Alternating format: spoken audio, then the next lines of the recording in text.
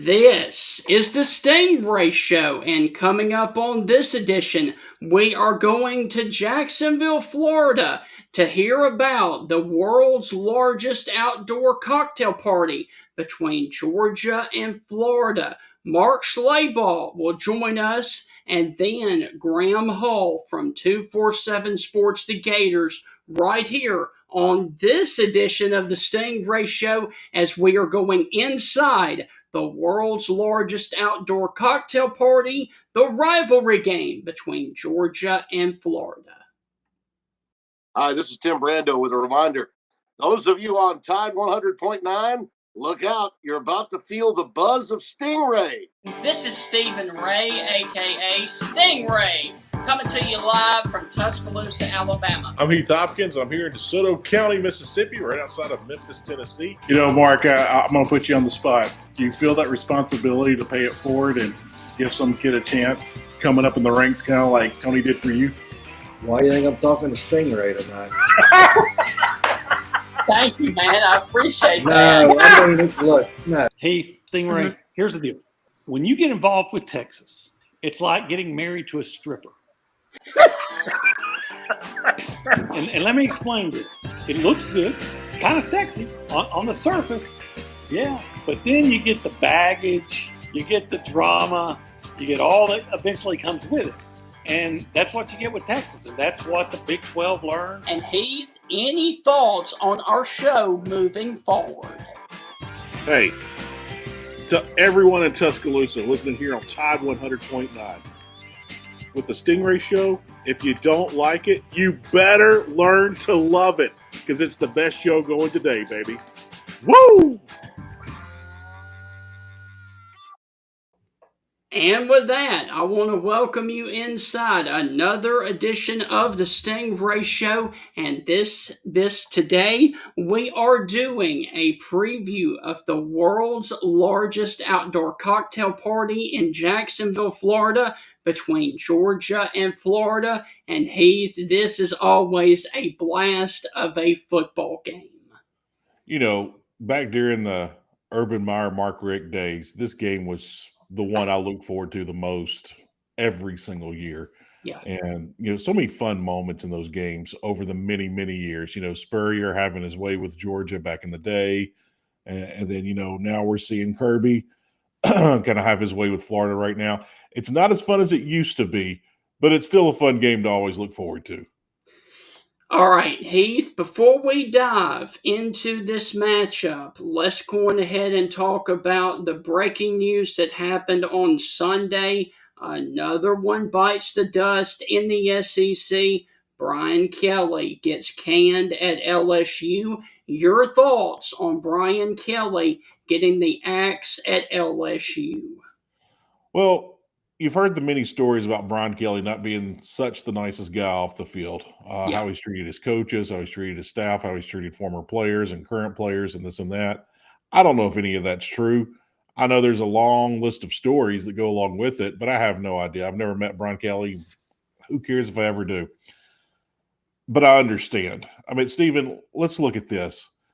There's more NFL players out of the state of Louisiana than any other state in our country. Yeah. You have 4- and 5-star players within 90 minutes of that campus. You have 4- and 5-star players all throughout that state, and that team is loved more than the Saints, more than anything. LSU football is the biggest thing in the state of Louisiana. Yeah. It is by far the biggest. So with that, this is a top 5 job. And look at the 4 of the previous coaches. Now, we can count Brian Kelly as a previous coach. Yeah. Ed Orgeron won a national title within his first 4 years. Ed Orgeron has problems speaking the English language, but he won a national title. Les Miles won a national title, multiple national titles. This is a man who eats grass on the sidelines. All right? And then there's Nick Saban. So, yes. Les Miles doesn't know how to clap and eats grass, and Ed Orgeron struggles with the English language, and both of them won national titles at LSU. Yeah. This is a premier job. Why it didn't work with Brian Kelly, I don't know. I really don't. We know this year the problem was the offensive line. We know clearly it's the offensive line. And they're so banged up with injuries. And some of those injuries, due to Caden Durham, due to Nussmeier, it was probably because of the offensive line. Right. So it's crazy to look at. But is LSU a top 5 job? Abso-freaking-lutely. It is easily a top 5 job. So don't tell me who they're going to get, but I can promise it's going to be good. I didn't mean to cut you off there, but I'm also going to say this as well. For all of the Florida fans out there, the LSU job puts you down just a little bit of a notch. Because I would say LSU is a much better job than Florida. Well, I'll just ask this question, and you have to answer it honestly, and it's very easy. And I can hear the arguments, and you can make an argument. But who's won more national titles in the last 20 years? LSU or Florida? LSU. Yeah. And did Florida do it with a bunch of different coaches, or do they do it with one coach? Bunch of different. No, Florida did it with one coach, with Urban Meyer. LSU did it with a bunch of different coaches. Yes, right. So, I mean, that just tells you everything about the job. But how funny would it be if Urban Meyer came to LSU? I don't expect that to happen. No. But, oh, my good Lord. I don't know who LSU is going to get. I don't know if I'm buying the Kiffin hype just yet. Mark Schlabach is going to join us. He'll have more inside info on that than any of us. But Pete Thamel really thought yesterday on ESPN, he reported it over and over and over that he thought that LSU would make a super strong run after Lane Kiffin. And Heath, the LSU fans probably had a big say-so in this firing, because I don't know if you saw this, but during the football game there at Tiger Stadium in the second half, the fans were chanting, "Fire Kelly, fire Kelly, fire Kelly." That is never a good sign when your fan base is chanting, "Fire the head coach." Well, Steven, there's been so many instances of wanting to fire coaches. I mean, Alabama fans wanted to hire Nick Saban his first year. We lost Louisiana Monroe. I mean, you see this all the time. You see fan bases just, get irritable really quick over the silliest things. And it's fun to chant something all together. Right. So, like, let's go Brandon. I mean, I kind of miss those cheers. But but anyway, we just got to look at this situation from not a 5-foot level, not a 5,000-foot level, but a 50,000-foot level. Yeah. Because there's going to be so many moving parts this offseason. And I'll say this, Stephen, I will say this. The schools that have fired their coaches and are preparing to hire, they're going to want to make splash hires. There's not going to be enough coaches to make splash hires, but they're going to be making good hires. But the teams that lose their coaches, that's who it's going to hurt the most. Yeah. That's what, so I'm making this up. If Florida takes Mario Cristobal, that's going to hurt Miami. So, I don't know if that will happen. I mean, what if Mario Cristobal takes the LSU job? Mm-hmm. But no matter what, whoever coach one of these schools still that fired their coach, that's really, really, because there's going to be so much movement in the coaching carousel. It's going to be hard to put together a staff. It's going to be extremely chaotic, but it's also going to be fun. All right. And let's talk about the biggest loser of this coaching search and coaching carousel, Heath. You just mentioned who would be a loser. It is the team right down there with the helmet, the Razorbacks of Arkansas, with LSU and with Florida and Penn State being opening. That just dumps Arkansas on down the pecking order, because with the NIL situation and the funding, for whatever reason, they have not gotten J.B. Hunt, Walmart, and all of that behind them so far in football with the resources. That just pushes Arkansas on down the line. Yeah, it does. And Arkansas makes odd hires anyway. No. They've always, the John L. Smith hire still makes me scratch my head. The Chad Morris hire still makes me scratch the head. Smile! Smile! What? the Brett Bielema made sense, but it wasn't a good fit. And Brett Bielema has clearly gone on to better things and is still winning. So I mean, it's just kind of crazy of what's going on over there at that school. Highly successful in baseball. They bring in John Calipari. They're very successful, are wanting to be very successful again in basketball. I think they will be. And football, sometimes they want to be successful, sometimes they don't. I mean, we all love Houston Nutt. Houston Nutt's been on the show multiple times. I love talking to Coach Nutt. But he was just kind of an out-of-box hire as well. I mean, it's just kind of one of those things. All right. Heath, are you ready to transition and talk to our first guest today? Oh, absolutely, brother. He is an alum of the Georgia Bulldogs and a senior writer for ESPN. Please help us welcome to the Stingray Show, Mark Schlabach, to talk all about the Florida and Georgia matchup and also to talk about some of these coaching hires. Mark, how are things with you in Georgia? Good, guys. Excuse me. Just got back from Vanderbilt last night, so getting ready to write that one up and then head to Jacksonville tomorrow. All right. Well, Mark, do you want to talk about coaching hires or do you want to talk about the world's largest outdoor cocktail party first? We'll let you decide. We can go with Georgia, Florida. I don't know how much there is to talk about with Florida firing Billy Napier and Billy Gonzalez taking over, but we'll see. I think this is the third or fourth time in the last couple decades that Florida's had an interim coach. For whatever reason, they seem to fire him right before the Georgia game because there's usually an off week, but sometimes it's provided them a spark and sometimes it hasn't. If I remember right, and I'm getting old, Stingray, I think when Ron Zook was a lame duck coach, he beat Georgia and knocked them out of the national title, SEC title race. Wow. That was the David Green, David Pollock game. David Pollock still calls it the worst call in the history of college football. He intercepted a pass, ran out of gas at like midfield and handed it to Sean Jones, a safety. And they said it was a forward lateral, and it wasn't a lateral. He just handed it to him, and he was right next to him. But it would have been a touchdown. Mark, with Florida making a change here again, I always thought they were doing this for maybe recruiting reasons, but I was like, no, it couldn't be that because they don't know who the head coach is going to be. Why do you think Florida keeps making this job open right before the cocktail party? Well, Heath, like I said, I think it's just the open date.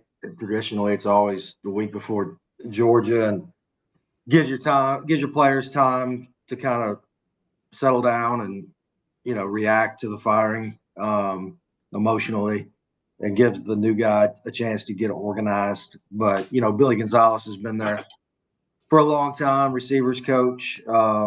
They did not have an obvious candidate on the staff, in my opinion, to take over, which is probably part of the reason Billy Napier is no longer there. It's going to be interesting because he was the guy that called the plays, and I guess Gonzalez is going to do that. But it's going to be interesting to see how motivated Florida is. Wow. So, Mark, when you look at this Georgia football team, how surprised are you at this Georgia defense or the lack thereof on that side of the football? Yeah, I mean, it's been Kirby Smart's calling card. In his time at Georgia. They've had dominant defenses, and for whatever reason, this defense is not. They're 127th in sacks in the FBS with 8. They're 133rd in tackles for loss, 113th in turnovers gained, 95th in third down defense at like 42%, letting opponents convert. So, that was the trademark of those great defenses back in 21, 22. They didn't get a lot of sacks.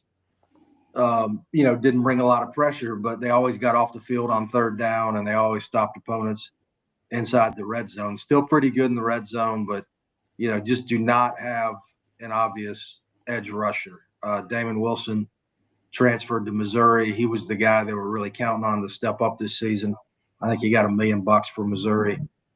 They brought in Elo Madozi from Army, and he's just not physically ready to play in the SEC. So they've had to rely on C.J. Allen and Chris Cole, two of their inside linebackers, to get pressure. And, they're inexperienced on the back end. I've had a couple injuries back there that hurt them. So you combine lack of a pass rush with a inexperienced secondary, and that's usually not a good recipe. Mm-hmm. Mark, at the beginning of the season, here in the first month of the season, we looked at Georgia's schedules like, man, they got a tough schedule, to wrap up the season. They got Florida, Mississippi State, Texas. Doesn't look so tough right now after the cocktail party. How is this shaping up for Georgia? I mean, I made this comment yesterday. I was talking to an Ole Miss fan. I was like, look, the problem with the SEC this year is, one, there's not a dominant team, and two, the quality of wins are not stacking up for the SEC because a lot of these teams that were ranked earlier are falling out, and it's just kind of one of those things. You look at Ole Miss, I said, just tell me your top 3 quality wins. And then I was like, exactly. So with Georgia, right now, who are the top quality wins as we head toward the playoff? I made Tennessee, I guess, but, we'll see if they beat Oklahoma on Saturday. Ole Miss is certainly a quality win for them. I think if you talk to a Georgia fan, the team that scares the hell out of them right now is Georgia Tech at the end of the year. I was going to get to that. Yeah, with Haynes King, 8 overtime game last year. He's my colleagues David Hale and David Wilson did a great story on him on ESPN today. Chris Winkie said he's the toughest football player he's ever seen. Mm-hmm. And, he just carries that team on his back. I think he should be one of the top 2 Heisman candidates in the country right now to take Georgia Tech to an undefeated season and basically just carry that entire offense. But, down the stretch, we'll see what happens Saturday. Strange things always tend to happen down in Jacksonville, even though Georgia's had the upper hand. I think they won 7 out of 8, won the last 4 by 14 points or more. At Mississippi State, I think the Bulldogs, Heath, still looking for their first SEC win. Am I right? Yes, they are. It's been over 2 years. Yeah. But Starkville's a little strange place to play with all the cowbells as well. And then Texas, Arch Manning dealing with a concussion. We'll see what happens there. They've not been nearly at all as good as advertised. And I don't know, it's as much Arch's fault as it is everything around him and the play calling and everything else. But, we'll see. I still think, if you're talking Texas A&M, Alabama, Georgia, Ole Miss, that's still the best league in the country because I think you look at the Big Ten, it's Oregon and Ohio State. Penn State's been a disaster. Some other teams haven't been as good. So I still think 4, maybe 5 SEC teams in the college football playoff, depending on what happens in the other leagues. Who are your top 5 teams? Not necessarily the teams that are going to make the playoff right now, but in your mind, if you quote unquote had a power ranking, who are your top 5 teams in the SEC? In the SEC? Mm-hmm. A&M 1, Bama 2, Georgia 3, Ole Miss 4, Vanderbilt 5. I'm a Vanderbilt believer. I've never seen so many people get behind Vanderbilt, SEC fans, that is. Everyone seems to love this team. They love this Vanderbilt team. What can you say about the Commodores and Clark Lea? And I don't want to say it, but I'll go on and do it. Is Clark Lea going to be there next season? I think Diego Pavia has completely transformed their culture, their mindset. Forget the past. I was up there the last couple of days, like I mentioned, and it was Barton Simmons, their general manager, told me that the first time he talked to Diego Pavia, he told him he was getting ready to call Clark Lea, Pavia was, and he said, "Hey, Barton, just tell Coach if I come to Vanderbilt, we're winning every effing game." So, wow. The kid's confident. And I mean, that just goes against everything about Vanderbilt's history. They've been the doormat forever. But I give Clark Lee a ton of credit. He played there. He's from Nashville. He loves the place. Barton Simmons is a Nashville guy who played at Yale, played in high school with Clark Lee, the general manager. They've done a great job as a partnership. The Candace Lee, the athletic director, first woman to be the AD at Vanderbilt, first black woman to be an AD in the SEC. She played basketball there. She cares about the place, and they got a chancellor who likes football. So they're finally spending money and putting resources into the football program that they haven't done for the last 30 or 40 years. Is Clark going to be there? I think so. I think he'll be there for at least a few more years. He's, like I said, he's a guy that truly cares about the place, believes in his heart that it can be one of the best programs in the country. And so far, that plan's on track. Heath, you there? Yeah, I asked my question. I was waiting on you, brother. Gotcha. Okay, here we go, man. All right. So, Mark, when you look at this matchup down in Jacksonville, where do you feel like that Florida can take advantage of Georgia? And what do you think we're going to see from this Florida offense without Billy Napier? Because there were some reports out there that they were going to open up the offense a lot more. I mean, that's what I would do against Georgia. Like we talked about earlier, Georgia hasn't been able to get pressure on the quarterback. DJ Lagway's been banged up. If they can keep him upright and give him a chance to get the ball down the field, I think they've got two really good weapons in the freshmen, Dallas Wilson and Vernell Brown. Georgia has struggled in one-on-one matchups, just cornerbacks not getting their heads turned around. They've had a bunch of pass interference penalties. So I think Georgia's, with 2 weeks is going to try to really, fix things on the back end of the defense that have plagued them this year. KJ Bolden has played well, but that other safety spot has been a trouble spot for them. So, they got to clean some things up in the secondary. Mark, we had your former boss with us, Mr. College Football, Tony Barnhart, here a couple of weeks ago, and it was right after the firing there at Florida. And we were talking about it, and of course, everybody was screaming Lane Kiffin, blah blah blah.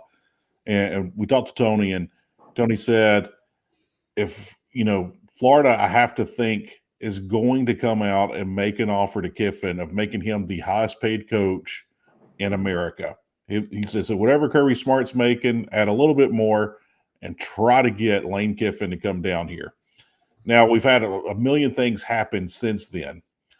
Where are we heading in college football? Because I heard Clay Travis the other day on television talk about, he said, I don't think it'll happen, but LSU should go offer Nick Saban $25 million to come out and coach for 5 more years. I immediately started laughing. I was like, wow, I don't know if Coach Saban would do that for $25 million, but it would be fun if it did. So where are we heading with this? And with the job openings in the SEC, what have you heard? Yeah, I mean, if I'm LSU, I'm at least making a phone call to Nick Saban. I'm making him tell me no. And I think is $25 million reasonable? Huh? Is $25 million reasonable? No, $25 million is not reasonable. And it's not going to be about money for Nick Saban. Nick Saban has all the money he needs from his coaching career and ESPN and his car dealerships. I would say there's a 1% chance he would come back. You heard Miss Terry the other day say she's having a blast and doesn't want to take anything away from the Saban children, opportunities from Lane Kiffin and guys like that. I mean, I think it's going to be the Lane Kiffin sweepstakes between Florida and LSU. If Lane leaves, I'm not completely convinced he will leave. I'm not either. Yeah, he's in I was out there about a month ago and spent time with him. Personally, he's in a really good spot. Stopped drinking. His son's there. His daughter's in school at Ole Miss. His ex-wife's moved back to town. Excuse me. His house backs up to his brother Chris. He spends Saturday nights now eating pizza and watching college football games with his son and his son's buddies. And he told me that's what you do when you don't drink. So, yeah, I think personally, spiritually, Oxford's been really good to him.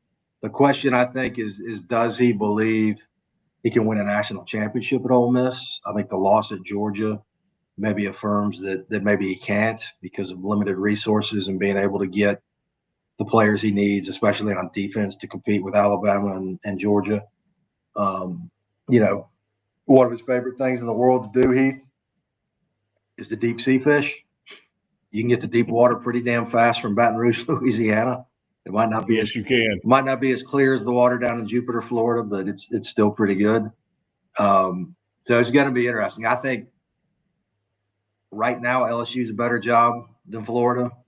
I think maybe it always has been and just untapped until Saban got there and Les Miles and Orgeron won national championships. I just think it's one of the best jobs in the country because kids in Louisiana grow up wanting to play for LSU. There's no other in-state schools to compete against them in Florida. You got to compete with Florida State and Miami and Georgia and everybody else. But, you know, maybe he wants to be in Florida, even though Gainesville's in the middle of the state. He can still get to South Florida fast. So I think it's going to be really, really interesting. I think, you know, LSU passed him over at least once, maybe twice. Does he hold that against him? He's in a much different place as a person. Maybe he wasn't as hireable when they hired Brian Kelly because of what happened at Alabama. But he's a hell of a football coach. There's no question about it. So, Mark, when you look at the matchup of right there with the Georgia and Florida, where do you feel like that Georgia can take advantage of the Florida Gators? Florida's got a good defensive line, but Georgia's offensive line's finally healthy. I mean, people were asking me at the beginning of the year, why doesn't Georgia have an identity on offense? I said, well, they don't have an offensive line. Right. They got back Ernest Green, the tackle, a couple of weeks ago against Ole Miss. Juan Gaston, who's been fantastic as a true freshman at right guard, is healthy again. Monroe Freeling, probably their best offensive lineman, is back from a foot injury. They really controlled the line of scrimmage against Ole Miss, especially in the second half. Kirby Smart said that offensive line's so big, it's like an anaconda. It'll just squeeze you until you break, which is what they did against Ole Miss's defense in the fourth quarter. Yeah. If they can get the running game going with Nate Frazier and Chauncey Bowens, and, you know, Gunnar Stockton has been so good as a runner, especially in the red zone. Control the ball, keep it away from DJ Lagway and those freshman receivers. Mm-hmm. Just control the clock. Don't turn it over. Convert on third downs. And I think Georgia should win. Stockton has not gotten enough credit, kind of like Haynes King. I mean, he's completing like 70.5% of his passes with 17 touchdowns and 1 interception. He's run for 7 touchdowns. He's a guy that a lot of people had questions about coming into the season, and I think he's answered every one of them.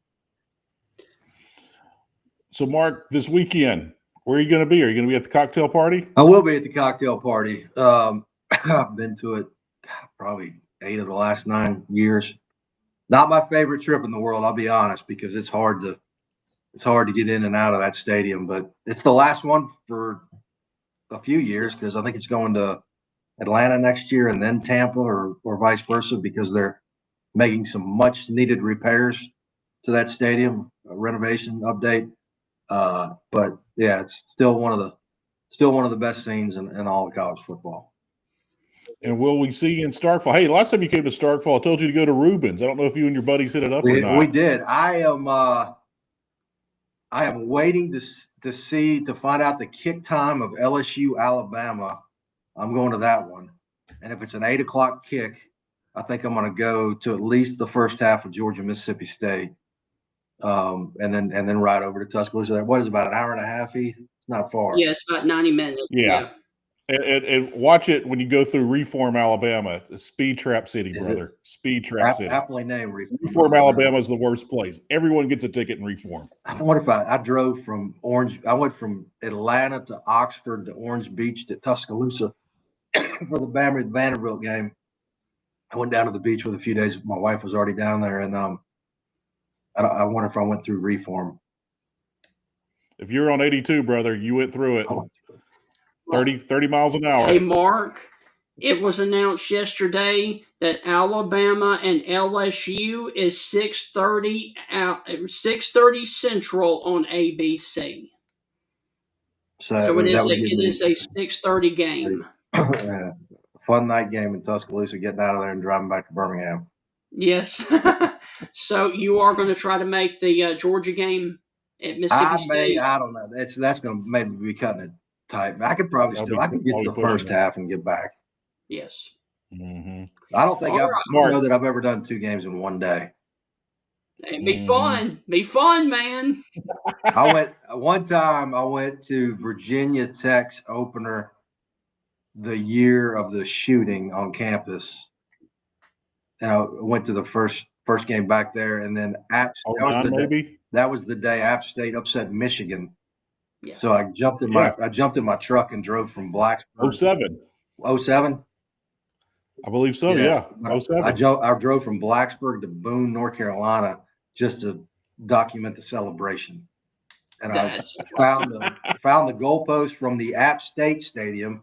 It was played at the Big House, but they tore down the goalpost in Appalachian State Stadium and dragged them to the front yard of the President's Mansion.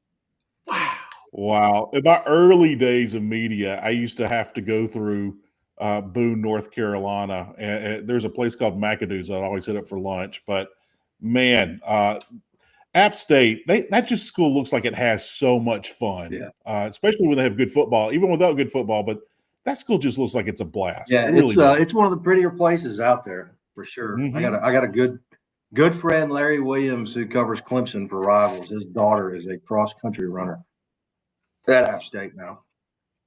All right. Wow. So, Mark, as we move into week 11 this weekend, it's week 11, correct? I think that's right. Week 10, maybe? I don't know. Are we counting week 0? 1, 2, 3, 4, 5, 6, 7, 8, 9,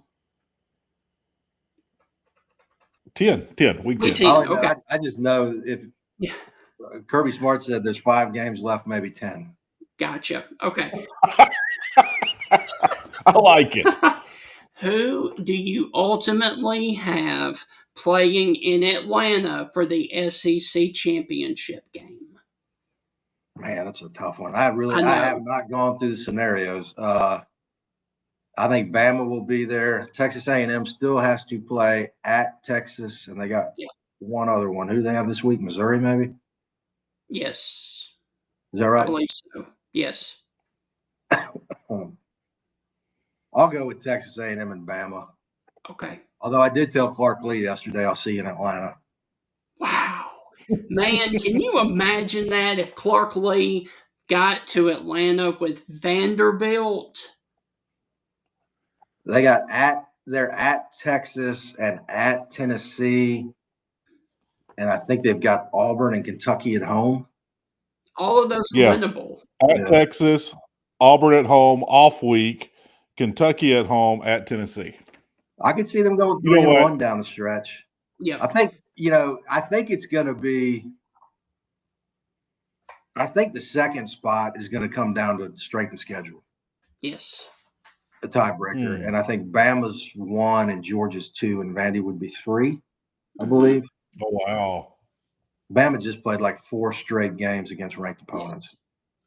But it's going to go down. It's going to end up, like you said, Heath. What are those teams' records going to be at the end of the season? Is Florida going to collapse? Is LSU going to collapse? South Carolina's really struggling. They look like a good win at the beginning of the year. It's kind of like when we all thought LSU was going to win the national championship when they beat Clemson. You know, I'm not ever one to toot my own horn, but I said early in September, I was like, this LSU team does not look good. No. And everyone made it look, they're ranked number 4. I was like, and they don't look good. They couldn't run the ball. Yeah, the offensive line could not protect to save their life. Could not protect. Mark, one question I do want to ask you real quick, it's about the coaching thing. You know, enough of the Lane Kiffin. We've beaten that to death, miserably. Mario Cristobal, is he at Miami next year? Because I say no. Man, I hadn't even thought about that. I could see Mario in purple and gold. I could see Mario in orange and blue. I just thought Mario Cristobal, if there's a next guy underneath Lane Kiffin that we're making splash hires, I think it's Mario. Yeah, I mean, he recruits well. Kind of hasn't lived up to expectations in Miami the past couple of years, but that's what Miami does. He's coached in the SEC. He's a former offensive lineman. I'd put, I mean, you could probably get I don't know if he leaves Miami because even though they haven't done it, there's such an easy path to get into the playoff there. And it seems like they've got pretty good NIL money finally. We're able to go out and get Carson Beck and some other guys. I don't know. I think if Lane ends up at LSU, I think there's a good chance Eli Drinkwitz ends up at Florida. And then maybe Missouri hires Blake Baker, the LSU defensive coordinator who was at Missouri before he went to LSU. Arkansas, I think they're going to go hard after Rhett Lashley at SMU. I think his wife. You see that happen because I don't. Yeah. But you know more than I do. But, SMU went to the playoff last year and they're irrelevant already. They got all the money in the world. He's in a great spot in Dallas. But Arkansas, it's a tough job. John Sumrall at Tulane is probably going to be coaching in the SEC somewhere. We'll see what happens at Auburn with Hugh Freeze. I think there's some people there with some influence that want to keep him. I think there's others that want to get rid of him. To me, he just looks tired. He looks tired. He looks defeated. Made a terrible calculation on Jackson Arnold. Yes. Yep. Spent a ton of money on him thinking they could fix him, and he couldn't fix him. So we'll see. Does Florida State open? I thought going into the year, talking to coaches this summer and agents and ADs, I thought schools would be less likely to pull the trigger on $50 million buyouts because they could save the money for other things, paying players mostly. And we were wrong. I mean, now there's so much money at stake. People want to get to the playoffs so bad that they're going to get rid of guys and pay them that much money, which is just insane to me. All right, so Mark, if you would, please give us a score prediction for Saturday at the world's largest outdoor cocktail party and who you ultimately have winning it. I think it's 7.5 is the line. Over. Yeah, over. I'll go 34-24 Georgia. Okay. I think that's the first half, right? What's that? First half. Yeah. No, I think they'll play tight a little bit early because they always do down there. But I think second half, that Georgia offensive line and running game will take control. I'll tell you a quick story. Gunnar Stockton is going to be extra motivated. I wrote this for tomorrow. His grandfather, Lawrence Stockton, died of a heart attack in the parking lot outside the Jacksonville Stadium in 2010. His widow told me he muttered something about Todd Grantham and collapsed. The old Georgia defensive coordinator. But Gunnar said he always wanted to play at Georgia because he wanted to beat Florida and Jacksonville. Right. Wow. Thank you for hearing that, man. Yeah. Man, that's crazy. Well, thanks for bringing us down, Mark. I mean, I know it's been raining for 3 days here in the Memphis area, but now you just raining on everyone's parade. It was tragic, but apparently his grandfather was a heck of a character. I wrote a few weeks ago before the Auburn Georgia game. He was one of the fans that got arrested for running onto the field during the game between the hoses. So, I mean, this kid was born to be Georgia's quarterback. And he's dating Vince Dooley's granddaughter, Derek Dooley's daughter. It's so SEC. Yes. So, Mark, as we walk out the door with you, who should be on upset alert this weekend in the SEC, in your opinion? It's not a huge upset, but I'm not sure why Texas is a 2.5-point favorite over Vanderbilt. Mm-hmm. We'll see what happens with Arch Manning. I think Ole Miss takes care of South Carolina. Can Oklahoma put it together? Latier hasn't been good since he came back from that hand injury. Right. But Tennessee's defense gave up 5 touchdowns to Kentucky, 5 passing touchdowns to Kentucky last week. They've got some injuries in the secondary. I think they're still waiting to see what happens with one guy. I think we'll get an injury report tonight. But maybe give me Oklahoma, Right. but it's at Neyland Stadium. And Tennessee can't lose, or they're out of the playoff picture. Right. Mark, I don't know if this question will get any of us in trouble, but you said you were talking to agents and things earlier. You think you know any news of anybody getting into the transfer portal here when the season's over? No, but I bet you there's a bunch of phone calls being made to Gainesville, Florida, and Baton Rouge. Yes. You got a I 30-day guarantee window. you. Oh yeah. If you know I guarantee. somebody, he text me. Hey, Jimmy Sexton doesn't live too far from me, brother. He Jimmy's my guy. Love him to death. Walking conflict of interest. I've only met him once, and I worked for the Sounds Memphis Redbirds, and it was on top of the Peabody at a rooftop party back in the 1900s. It's been a while. That's wild. He I did a story on him several years ago. It took me like 2 years to convince him to let me do it. And we went What was the story? it was just about Jimmy Sexton. And I went to the Ole Miss Arkansas game with him.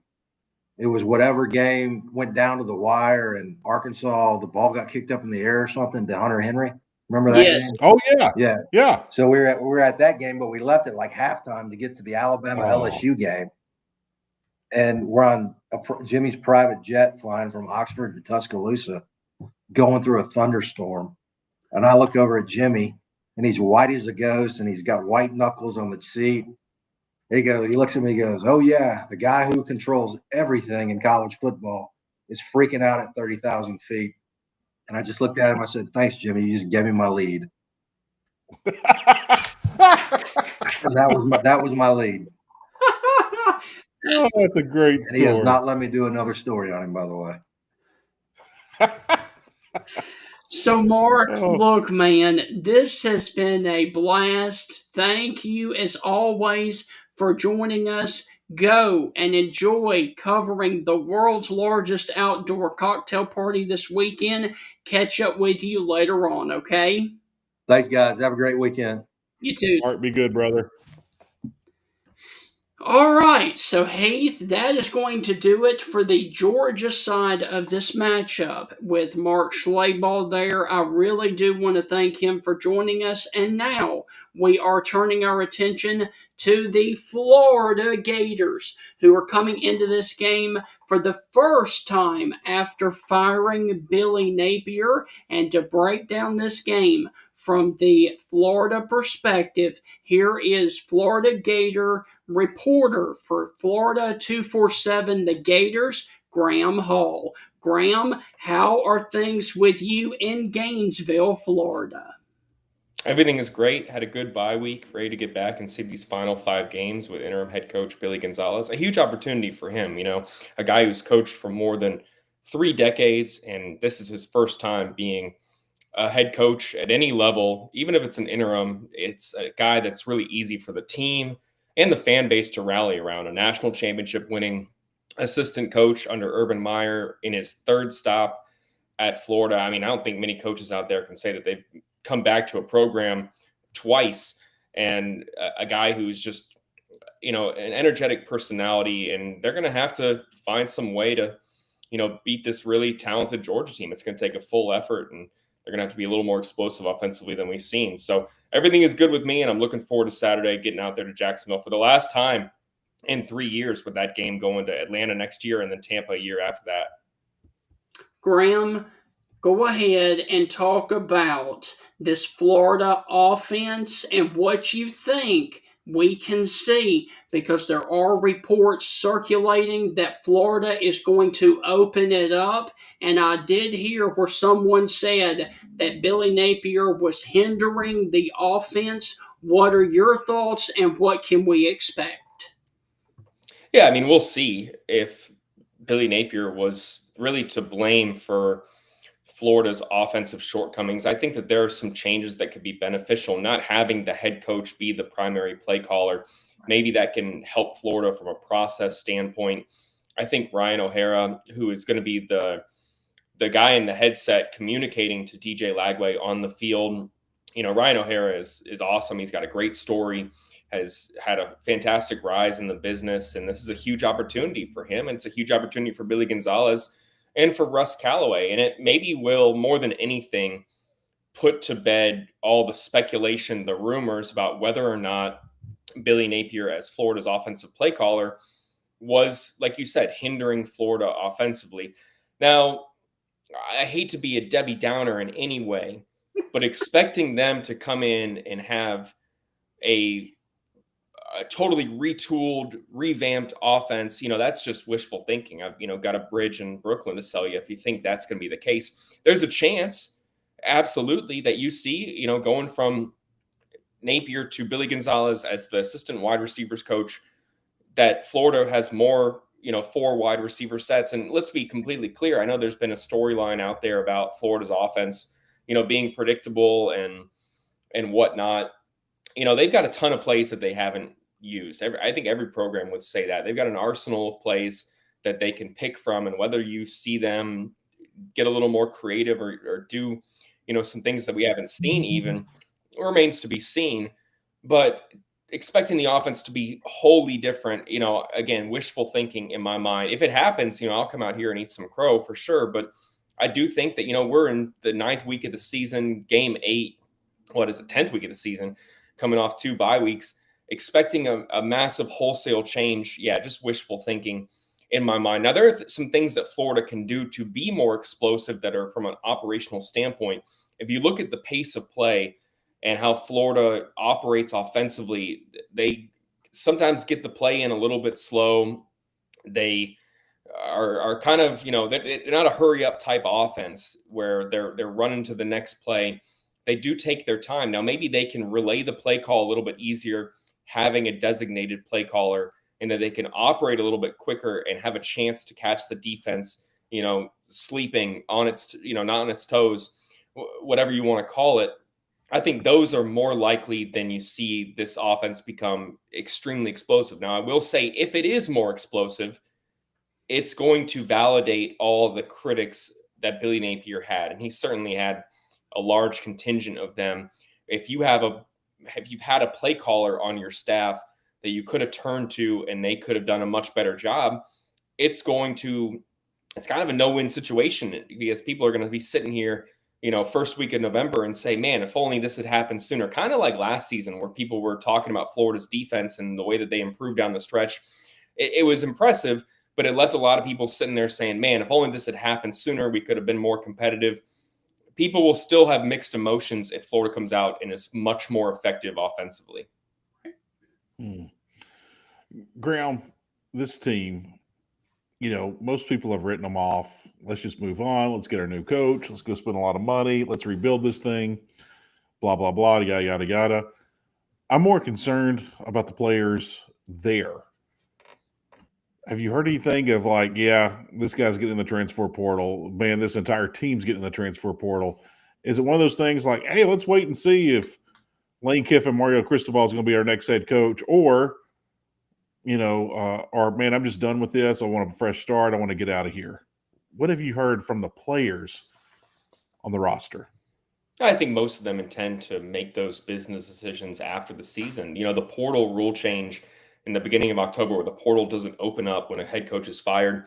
I've asked people about that, and I think that is just absolutely massive. It's probably something that I'm surprised that there's not more discussions about when it comes to coaching changes, because you actually have more of a chance. It's very beneficial to coaches, the incoming coach and the interim coach, for having a chance to have this audition, in a sense, where they can have as many players as possible who still are trying to put quality stuff on film, even if it's to appeal to their next destination. There's more of a desire to finish the season on a high note.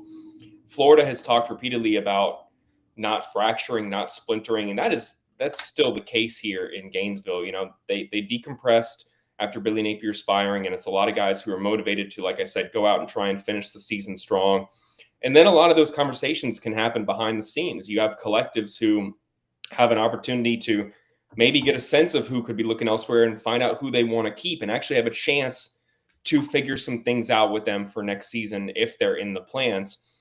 There's going to be guys that, no matter what, were fans of Billy Napier, incoming recruits as well, who see a regime change and realize that their spot may be less secure. Say you hire a guy like Lane Kiffin.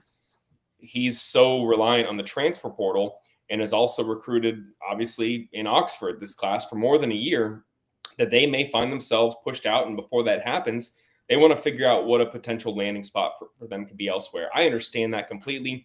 It is about the players ultimately, and giving them a chance to be successful is what everyone should care about, even if you got, your tinted glasses where you're rooting for a team. With all that said, Florida's not giving up. They're still trying to make bowl eligibility. A lot of guys on this team who, there's I think only one player on Florida's roster who has beaten Georgia in their time in Gainesville. That's a motivation.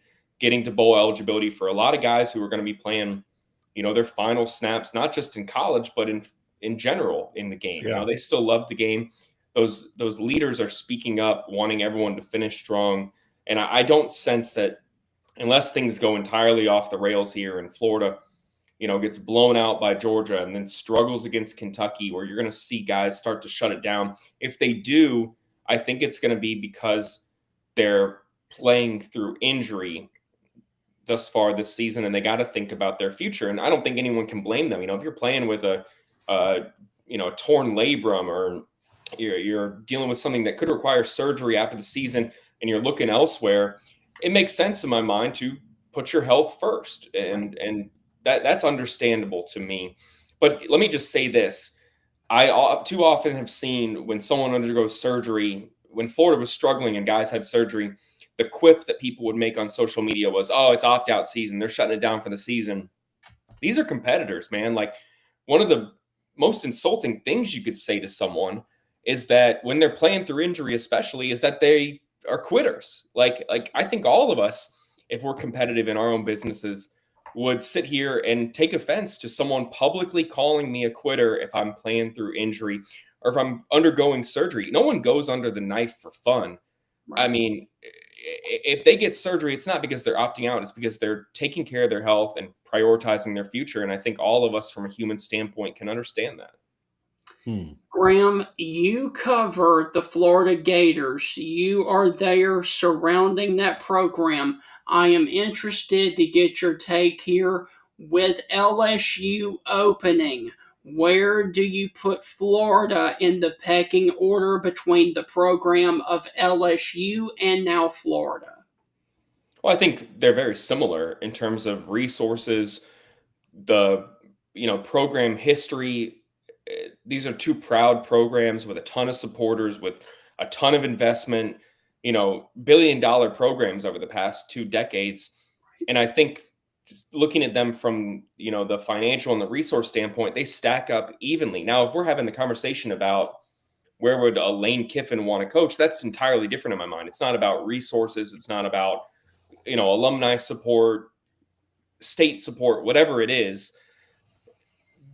That's going to be a decision that is made by a coach, where if it's a Lane Kiffin and your main focus is on winning, being in the conversation, your reputation as a head coach, wanting to be discussed among the likes of the Nick Sabans and the Ryan Days of the world, you're looking at which program you think heading into 2026 is more set up to win. And I think that there's a lot of things from roster stability, administration, athletic department support, that you're going to want to have questions about. Lane Kiffin knows Billy Napier well.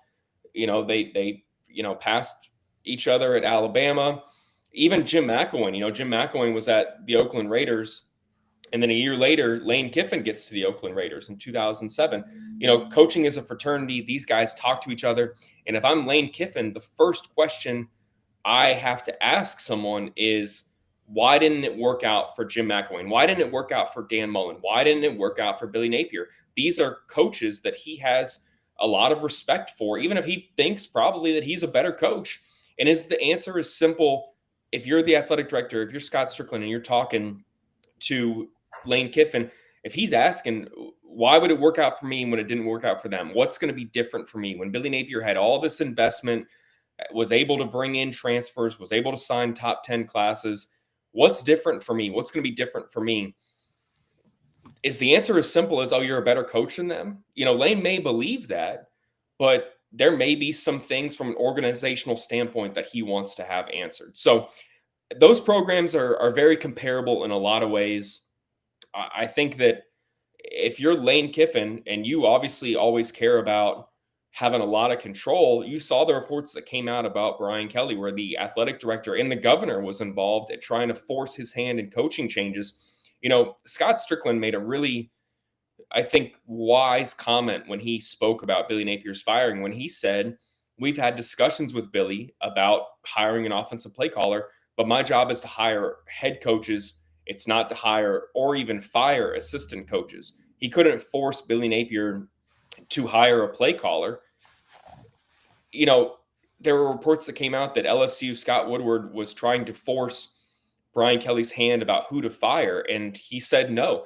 If you're a Lane Kiffin and you have all these things about you want to control the media schedule, do things kind of the Saban way, you want to be able to go to hot yoga, you want to minimize the speaking tours that, Florida didn't do speaking tours this last year, and it wasn't because it wasn't a desirable thing. It's because, who was going to show up necessarily, no offense to him, to see Billy Napier.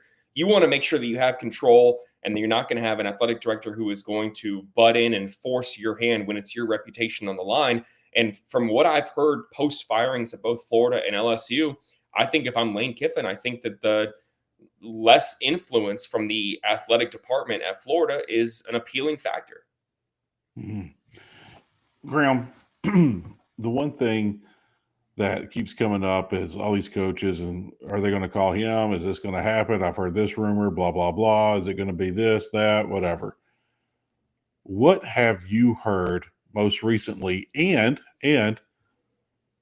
is there even going to be a call made to Urban Meyer? Is there going to be a call? Urban, do you want to get back into this? You want to come back home? I don't think so. I mean, I got a ton of respect for Urban Meyer. His legacy is undeniable at Florida. I don't know if he's going to coach again, and I couldn't blame him, right? Like in this day and age, when you've been out of the game so long, it's similar to like a John Gruden being floated, even though I think Urban Meyer would do a much better job than John Gruden. But coming into college coaching, when you've been out of the game, a decade, almost a decade at this point, when there's NIL, player agents, transfer portal, all these factors where it's a different, era, how much is that appealing to a coach? What more does Urban Meyer have to prove? I think Urban Meyer plans to be a available support figure for whoever is the coach at Florida, whether it was a Billy Napier and whether it's Billy Gonzalez. Billy Gonzalez was hired by Urban Meyer right out of college. He gave him his start. They worked together for 2 decades. That's Urban Meyer's role in my mind. And I also think for Urban Meyer, he wants to be in Florida's Ring of Honor. And I think he should be in Florida's Ring of Honor. And if he's an active coach or called about the job, I don't think that would happen while he was coaching back at Florida. I don't know if he's going to coach again. He's got grandkids now. He's enjoying his life. He gets to kind of be this overseer on the state of college athletics where he can give his opinion and it's not directly tied to one program. His brand is Urban Meyer, and I don't know if he's going to join another program. It would be really exciting to watch, but I don't know if it would work out really, really well for him, given what occurred at Florida and for the Florida program. They're looking for someone, I think, who has been in the game currently, understands the current landscape. With that said, most of what has been out there right now is, I think, premature. I think when you look at a lot of the speculation and the candidates you see reported, a lot of them are just based on predictions and what would make sense. You don't hire a search firm to lead the search and then have their information out there publicly about who you're offering, who you're looking for. You partly hire a search firm so that a lot of this stuff doesn't get out there. And I do think that, Turnkey ZRG, well respected and does a great job, but part of what they're desiring to do is to not tip their hand about what candidates are on their list and try and, use the public to sway opinion whatsoever. So, whether it's Lane Kiffin, whether it's even a James Franklin, it's going to be wait and see for Florida here. There's some things that got to play out. And Eli Drinkwitz too, Missouri may have lost to Vanderbilt, but those teams are still in competition to make the college football playoff. And no coach, in my opinion, is leaving a team in the first week of December if their team makes the college football playoff. Programs wouldn't allow it. If you're Missouri, are you going to let Eli Drinkwitz accept an offer at Florida and then keep coaching your team? I think it's hard to envision. The same can be said for Lane Kiffin at Ole Miss. If anything happens, it won't be an announcement. He won't tell anyone and would be fully locked in on coaching the team. Now, most of the, I think, interesting things are what happens to the roster. If you don't have a coach announced and you're still waiting on some things to shake out in the college football playoff and you haven't announced a coach by early signing day, what are you doing? I think we're going to see this new change in college athletics where these general managers that are being hired are going to be more working with the athletic department rather than being hired necessarily by head coaches. Because if you make a coaching change, you need someone there who can continue doing roster management, like what I talked about with behind the scenes NIL deals and figuring out the roster for next year. You have to have someone in place who is talking to players and evaluating talent and helping the coach, whoever it is, get a head start on retention and attaining players. So if I had to guess, I would speculate again that Florida is doing a lot of those conversations behind the scenes, talking with a general manager about managing the roster so that whenever the new coach comes in, they're going to already have a framework, a foundation of the roster where they aren't going to have to start fresh and try and fill the whole roster with 85 players. All right, so let's get off of coaching and talk about the X's and O's of the world's largest outdoor cocktail party. Graham, break this game down for us and where you feel like that Florida can take advantage of those Georgia Bulldogs. Yeah, I think that Florida defensively has to play the level that they have recently. I don't think that this Georgia offense is explosive as we've seen in recent years. They certainly have a ton of talent at the skill positions, and I think Gunnar Stockton has improved as the year has gone on. Their offensive line is interesting to me. It's not the best offensive line that we've seen out of a Georgia team in recent years, and if Florida's pass rush can do what it did last season and improve in November and get to the quarterback, I think Florida is going to have some chances to be disruptive and limit Georgia's offense. But the Gators are going to have to find a way to be more explosive offensively, whether it's DJ Lagway finally being able to take advantage of the deep passing game, which we haven't seen a lot out of him this year, whether it's due to, his lack of development that he had this offseason due to the injuries, or whether it's due to some, play calling decisions. They're going to have to find some way to take advantage of how teams are playing him and showing a lot of zone coverage to him. He's going to have to make good decisions, minimize mistakes, and Florida's going to need to establish the run. Jaden Baugh has been fantastic for Florida. I still think he's one of the more underrated running backs in college football. He's coming off a 150-yard game against Mississippi State, has just been, a bruiser for Florida back there. You got to run Jaden Baugh 20 times in this game, give Florida a chance to be, multidimensional offensively, give DJ Lagway an opportunity to maybe take advantage of things in the play action game. Even if his mobility has been a little limited, he's getting healthier. I think if Florida can do that, protect Lagway, get to the quarterback, and keep it close going into the fourth quarter, they're going to have their chances, just like they did last year. Florida lost that game by double digits, but it was tied with 7 minutes to play, and Florida just couldn't take advantage, even though DJ Lagway had exited in the second quarter. So I think Florida's going to have their chances. I think this is a team that is going to still look to be competitive. They want to beat their rival, Georgia.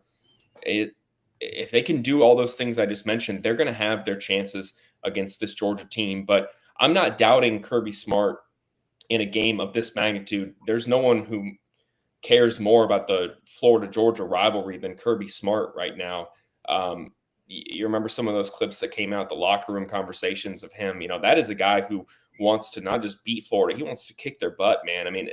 And I think that makes it that I see Georgia winning a close game in the fourth quarter, but it's going to be closer than I think a lot of people think. When you hear interim coach, you think, oh man, this team is done.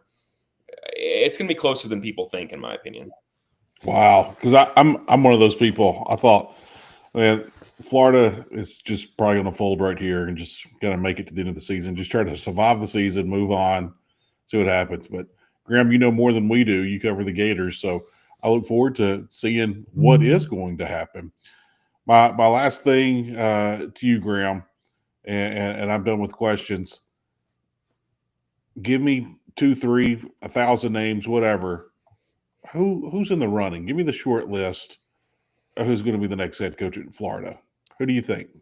I think the top 3 that make the most sense, again, we're speculating a good bit here, is obviously Lane Kiffin. This is someone who grew up with Florida ties. His first date was in Gainesville with his ex-wife, Layla. Layla's father, John Reeves, former quarterback at Florida, and he idolizes Steve Spurrier from just how he acts on social media, the quips, the jabs. This is someone who, wants to be Steve Spurrier in a sense. Can you ever be Steve Spurrier? Is there ever going to be another Steve Spurrier at Florida? You could be the Steve Spurrier of another program, but are you going to replace Steve Spurrier? Are you even going to have a chance to, unless you win multiple national championships, to even be in the conversation of the Steve Spurriers and the Urban Meyers at Florida? That could be an interesting question, which we don't know the answer to necessarily. He could also, personal. Everyone makes the personal connections to him, like I mentioned, the ex-wife, the memories there. Maybe this isn't a thing where you don't want to mix business with pleasure. Maybe he doesn't want to come out here and take on a role that is going to have such a personal connection to him necessarily here. I think that James Franklin, makes a ton of sense. Is he able to ever get to the mountaintop? Is he able to actually win a national championship? That's a fair question. I think part of the reason why he was, fired at Penn State was because maybe they thought that he peaked there necessarily. But it's a guy who has experience in the SEC. He's still hungry. He's likable. He probably would be a pretty safe hire, right? I think that a distant third, in my opinion, would be Eli Drinkwitz. I'm not as high on Eli Drinkwitz as a lot of people out there. I think that the results are impressive, but how much credit am I giving him? I tend to give Kirby more credit than he seems to receive at the national level. There's a reason I think that in a couple years, Kirby Moore is going to be this young, on the rise head coach somewhere, potentially in the SEC. So I think Drinkwitz makes a good bit of sense to the masses. I don't think that is a higher in the level of a Lane Kiffin or a James Franklin. Let me throw out a couple other names that I just don't see mentioned too much that I think would be fascinating. Okay. Cliff Kingsbury. This is a guy that, exciting, offensive, wants to come back and be a head coach somewhere, has done a great job with the Commanders, but knows how to run an impressive offense. He hasn't been out of the college game long enough where he doesn't understand what it takes to win. He's hungry. He's young, has coached some really, really good quarterbacks. I'm surprised more that I don't see his name floated by a lot of people. And then I think after him, Florida fans may not like this, but there are a lot of good coordinators out there. I don't think there's a ton of home run college football coach head hires out there. But I do think that you could, especially with the way that the coaching salary market has exploded, where I think there's going to be a market correction at some point in time. Maybe not this year, maybe not next year, but in the near future, where so many resources have to go to revenue sharing, facility races, you name it. Hiring a coordinator makes a ton of sense to me. Whether it's a Will Stein at Oregon, I think he'll get a head coaching opportunity in the near future. What's going to happen to Blake Baker at LSU? Is he going to have a chance to be, a group of 5 head coach somewhere now that Brian Kelly's no longer in Baton Rouge? What's going to happen there? I think if you're trying to save a little bit of money in the short run and take a little bit of a gamble on a head coach, a coordinator would make a lot of sense. And that's part of the reason, in my opinion, that you hire a search firm, is to find the next up and coming guy who could be, attainable, that you're not going to have to break the bank and pay 12 million plus to lure them in, and they could, outperform what they're being paid and maybe the level of expectation. Now, would that be exciting to a lot of people? No, they all have their hopes on, a Lane Kiffin or someone who's been to the college football playoff. It's going to have to be more patience and more wait and see, and maybe some growing pains for a coordinator coming in and being the head coach. But I do think that there are a lot of coordinators that make sense out there. And I wouldn't be surprised if a coordinator was someone that Florida was looking at. I wouldn't be surprised by that whatsoever. You don't hire a search firm if you're going to go after the candidates that make the most sense. Maybe that's a little conspiratorial, but you don't pay these search firms, 6-7 figures to tell you, oh yeah, the guy's Lane Kiffin. Gator fan 1215 could have told you that on social media. You could have just saved yourself a bunch of money in hearing Lane Kiffin. You could have just read the news and followed the game. You hire a search firm when you're trying to find the next head coach who is going to outperform maybe what the national expectation is. And that's why I think, from the market to the search firm, why we could have some candidates in there that haven't been mentioned a ton, that could be someone who ends up being on that short list for Florida to hire as their next head coach. Graham, my final question, getting back to the game on Saturday, 2:30 Jacksonville, and that of course is 2:30 Central, 3:30 Eastern. Georgia currently sits here as a 7.5-point favorite. The over-under is 50.5. How do you see it playing out between Georgia and Florida Saturday in Jacksonville?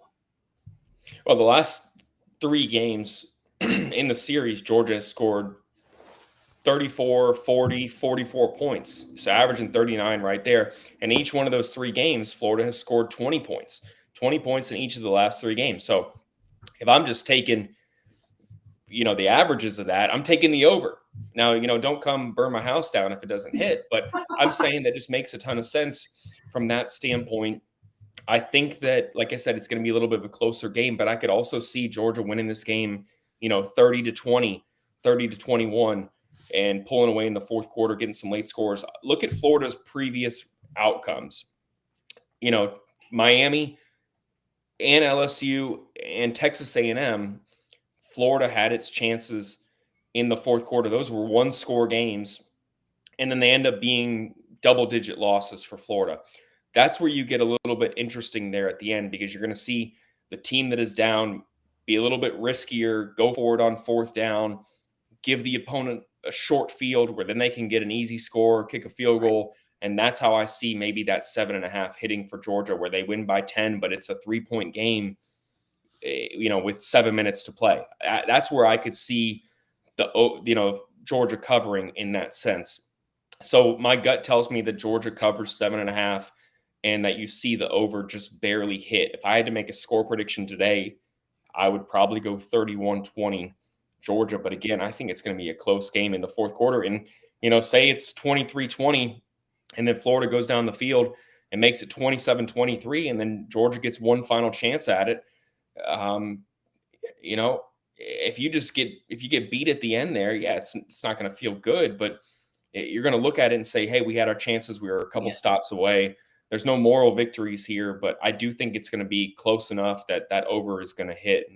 But I could see Georgia covering, but I also could see Florida covering. 7.5. That gets really interesting, because I could easily see this being a 7-point game. Graham, look, man, thank you for all of your information and insight right there. Go and enjoy covering the last Georgia and Florida matchup in Jacksonville for a few years, because it's going to Atlanta and then Tampa the next few, as they do renovations there on that stadium in Jacksonville. And we will catch up with you later on to continue to talk about the Florida Gators. Thanks, guys. Always a pleasure. Heath, Stingray, Always love talking to you guys. Looking forward to an exciting game on Saturday. And then it's my favorite month of the year, man. November. Let me just give a shameless plug real quick. We're also going to – it's my favorite month of the year, not just for Thanksgiving, and I do love Thanksgiving, but Florida national champion basketball team opens the season November 3rd in Las Vegas against Arizona. You've got Arizona, TCU, Miami, Florida State, Providence or Wisconsin, all in the first month of the year. Then Duke on December 2nd, UConn on December 9th. I mean, man, if you love just fantastic games, in between all those great football games, and we're going to still have coaching conversations, and Florida's got to go to Oxford to take on Lane Kiffin. I mean, this is an exciting 6 weeks, absolutely, in Gainesville. There's going to be a ton to talk about. I'm really excited for it. Appreciate you guys having me. I know we'll be talking soon. And Graham, I will leave you with this. It is a great time to be a Florida Gator fan. Always. Never a dull moment, man. Never a dull moment. Thanks, guys. Appreciate you having me. Thank you. Have a great weekend, brother. Happy Halloween. You too, man. Y'all take care. All right, so Heath, that is going to wrap up the Florida and Georgia matchup right there of the world's largest outdoor cocktail party. Heath, your final thoughts on that football game that is Saturday at 2:30 Central and 3:30 Eastern. Graham got me thinking a little bit, but I just think this is going to be a blowout by Georgia. Georgia's got a lot of things they're focused on, playoff being one of them. Kirby Smart played in this game. Kirby Smart doesn't like the Florida Gators.